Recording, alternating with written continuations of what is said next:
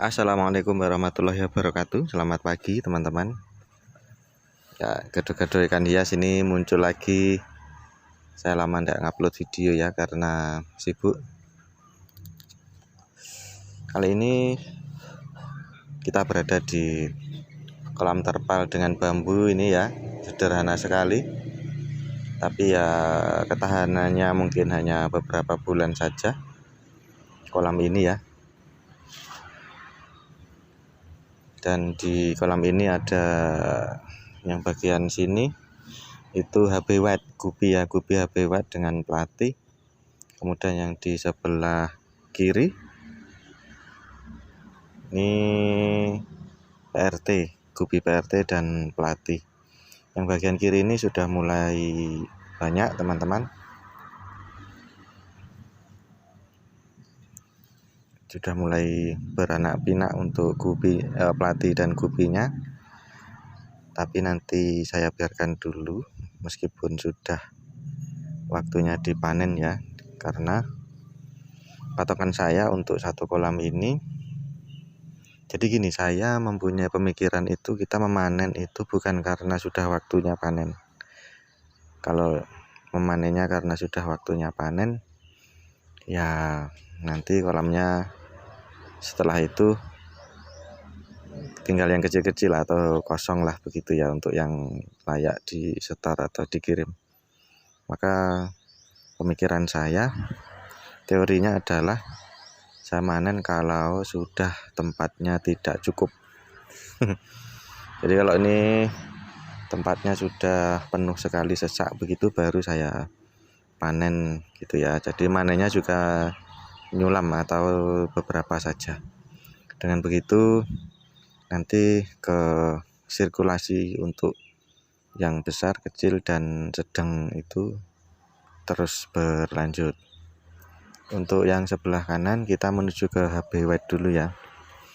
Ini agak lama sekali untuk HB white-nya karena yang pertama memang saya indukannya dikasih sedikit kemarin sama teman itu ya. Jadi harus menunggu lama. Penampakan HB white seperti apa? Kita cari.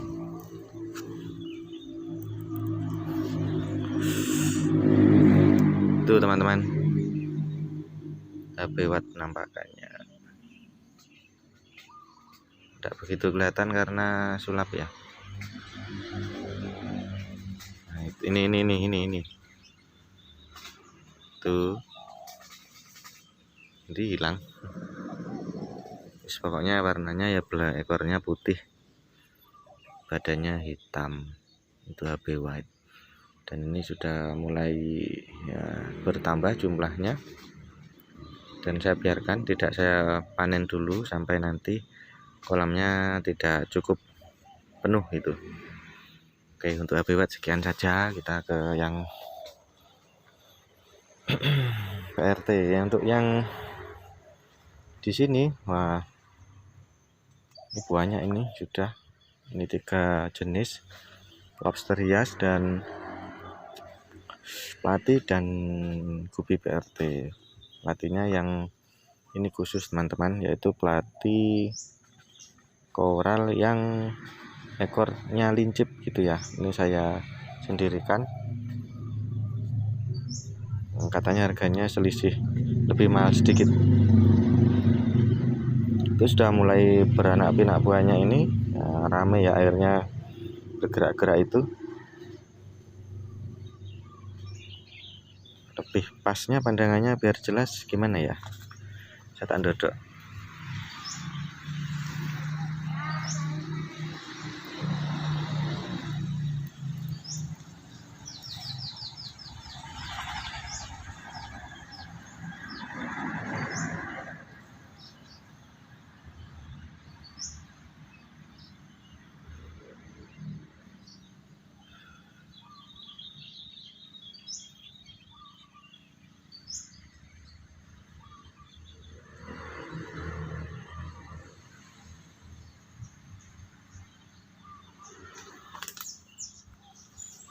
Mungkin kalau samar-samaran dilihat ini ekornya pelatih itu yang tengah itu lincip atau runcing gitu ya. Ini juga bagian sini juga banyak.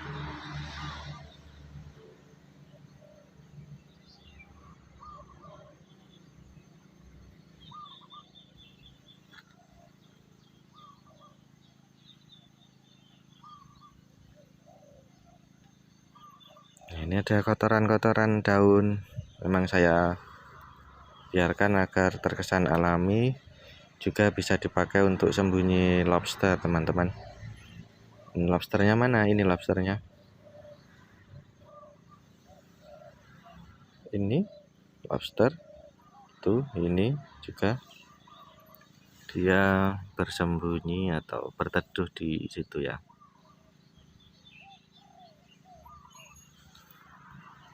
Gangguan yang ada di kolam ini yaitu karena ini tingginya hanya 1,5 meter, tidak saya tutup. Yang pertama ya burung manuk pitik-pitikan atau burung apa namanya, blekok itu ya. Kemudian burung tengkek, tapi burung tengkek di sini agak susah karena bagian atas itu kan banyak rimbunan daun-daun, hiup gitu kan di sini, sehingga manuk pitik-pitikan atau burung blekok saja. Dan apa itu, tentunya ya daun ini kebanyakan nanti airnya seperti teh. Kemarin saya ambil daunnya, saya buang ke situ, banyak ya. Ini juga nanti akan saya bersihkan. Terus ini ada ganggang, ini untuk apa? Memang untuk sembunyi. Jadi ganggang itu manfaatnya satu untuk persembunyian lobster, kedua untuk makanan lobster juga bisa. Ini seperti ini teman-teman ganggangnya, saya zoom.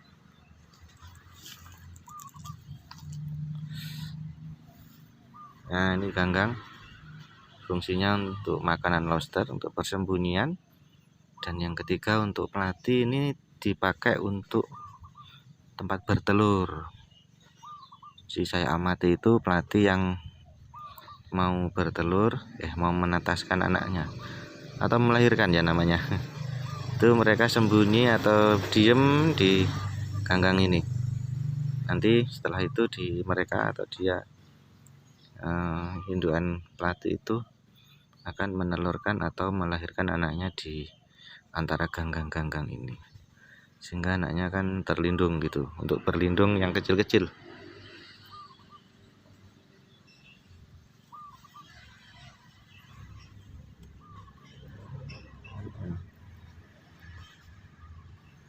Untuk gupi pun kelihatannya juga sama, untuk bertelurnya di tempat ini atau di ganggang.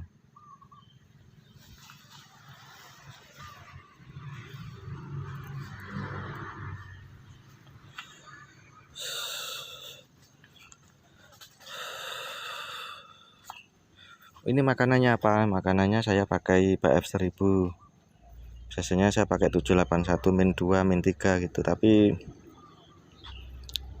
akhir-akhir ini saya pakai BF1000. Saya beli 1 karung gitu, habisnya ya mungkin 1 karung ya 1 bulan. 1 bulan lebih lah. Makanannya ikan ini kan sedikit sebenarnya.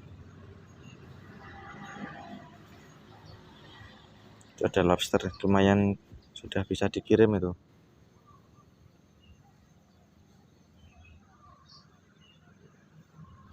Ini lobster ini tanganku. Nah, ini lobster. Ini juga. Ini mang. Oh, dia sembunyi. Kelihatan cuman ini. Ini lobster. Sebelah kanan juga ada ini. 1, 2. Tidak banyak lobsternya untuk yang di sini teman-teman, karena tempatnya tidak luas juga toh. Jadi ya, dikasih kira-kira 50-an ekor saja atau maksimal 100 ekor. Ukuran kolam ini 3x4, 3 meter kali 4 meter. Ini pinggirannya paralon teman-teman. Jadi kalau saran saya kalau Anda ingin membuat kolam di atas tanah, ada pilihannya banyak ya. Satu, menggunakan kayu. Yang kedua, menggunakan bambu kayak gini. Yang ketiga, menggunakan paralon ukur 3 dim ya, 3/4 dim kalau nggak salah, 3/4 dim. Sebaiknya Anda menggunakan paralon daripada menggunakan kayu atau bambu kayak gini, karena ada masanya untuk bambu dan kayu itu. Kira-kira 3, 4 sampai 6 bulan itu mereka akan lapuk gitu ya, atau gapuk. Ini bambunya ini juga sudah mulai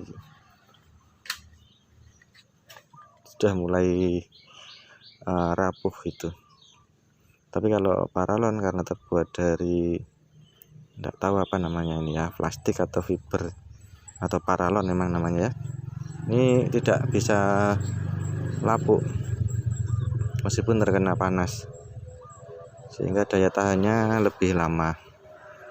Mungkin kelemahannya pada harga lebih mahal ya, tetapi saya ada tips untuk Anda yang mau membuat kolam dari paralon rangkanya, tapi ya kolam terpal ya maksud saya.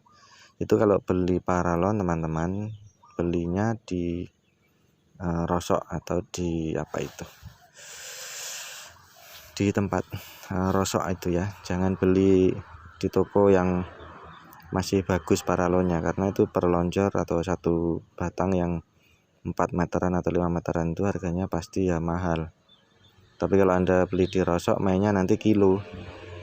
Kalau di saya kan di Tulungagung, di Kecamatan Rejotangan lokasinya ini. Kalau saya belinya itu di sebelah timurnya Gor Rejo Agung, di Tulungagung sana. Di daerah Rejo Agung ada stadion ding. Di sebelah timurnya Stadion Rejo Agung, atau di timurnya kantor BKKBN itu ada penjual rosok. Di sana juga menjual paralon, tapi paralonnya kualitasnya KW1. Maksudnya KW1 sebenarnya asli, tetapi karena mungkin ada yang pucuknya bagian sini ya, bagian sininya itu mungkin pecah, kan sudah BS, sudah enggak dijual di toko bangunan, jadi diarahkan atau dijual ke tukang rosok itu, sehingga kondisi masih bagus, hanya retak-retak sedikit bagian pucuk begitu. Itu dijual kiloan, sekilo kalau nggak salah kemarin 20 atau 19.000. Itu mungkin 1 tahun lalu ya, sekarang mungkin bisa naik.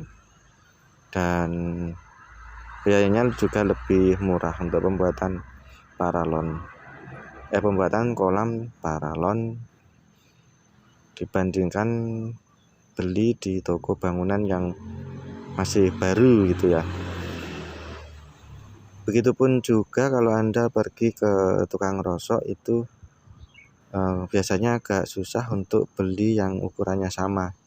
Jadi saya kemarin pergi ke beberapa tukang rosok gitu kan, sampai 5 sampai 6. Ke sana saya milih, mungkin ada paralon yang panjangnya hanya 1 meter, hanya setengah meter, itu ya saya ambil pokok ukurannya sesuai, yaitu 3/4 dim. Kemudian nanti dirangkai-rangkai kayak ini contohnya. Untuk tiang yang ini, nah ini sambungan 1, 2, memang dari sono ini sambungan, tidak apa-apa, bisa dipakai, yang penting toh. Dan biayanya untuk pembuatan paralon ini kemarin berapa habisnya ya, sekitar 300 ribuan, 300 sampai 400 ribu. Itu sudah termasuk beli terpal ini, terpalnya 160 sampai 170, sisanya untuk beli paralon.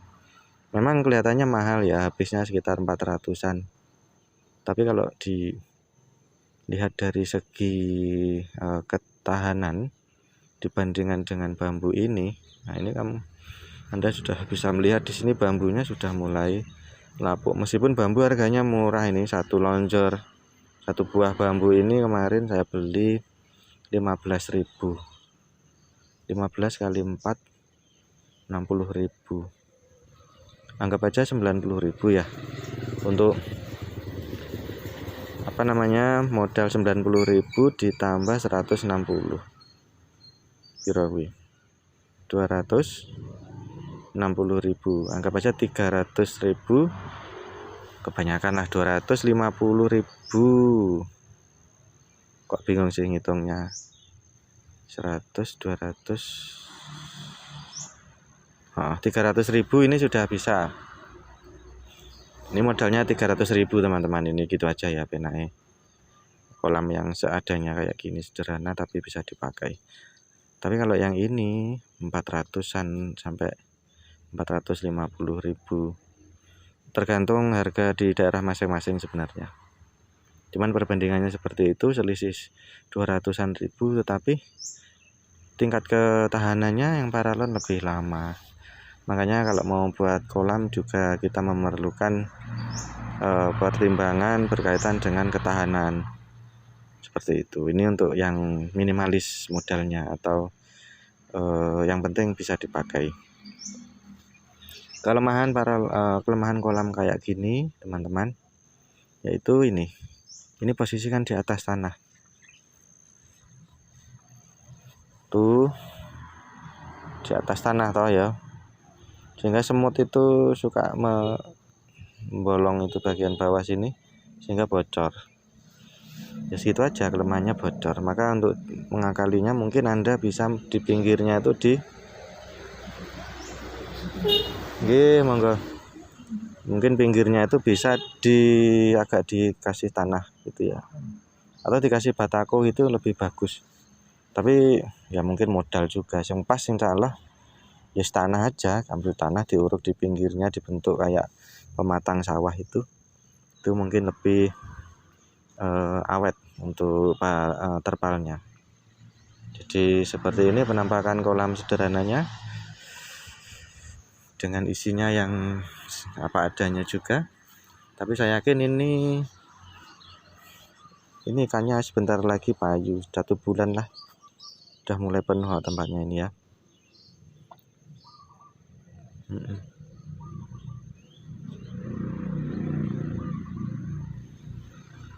Oh ya, kemarin juga ada yang WA ke saya dari Malang, kemudian dari beberapa daerah di Jawa, dari Sumatera juga ada. Tapi begini, mohon maaf ya, saya itu kalau ngirim ke luar daerah Tulungagung itu kendalanya pada pengepakan dan juga mungkin jarak ya. Meskipun bisa lewat ekspedisi, cuman menurut saya ekspedisi itu agak ribet. Saya akan senang sekali kalau Anda langsung datang ke tempat saya di daerah Tulungagung, Kecamatan Rejotangan ya. Silahkan milih sendiri, silahkan nyiduk dewe ke sini, milih terus nanti tinggal harganya berapa, bawa pulang ini enak gitu kan. Gitu, jadi memudahkan kami atau saya untuk berternak. Karena kendala saya saat ini ya karena bagi waktu juga. Baik, terima kasih, cukup sekian. Assalamualaikum warahmatullahi wabarakatuh.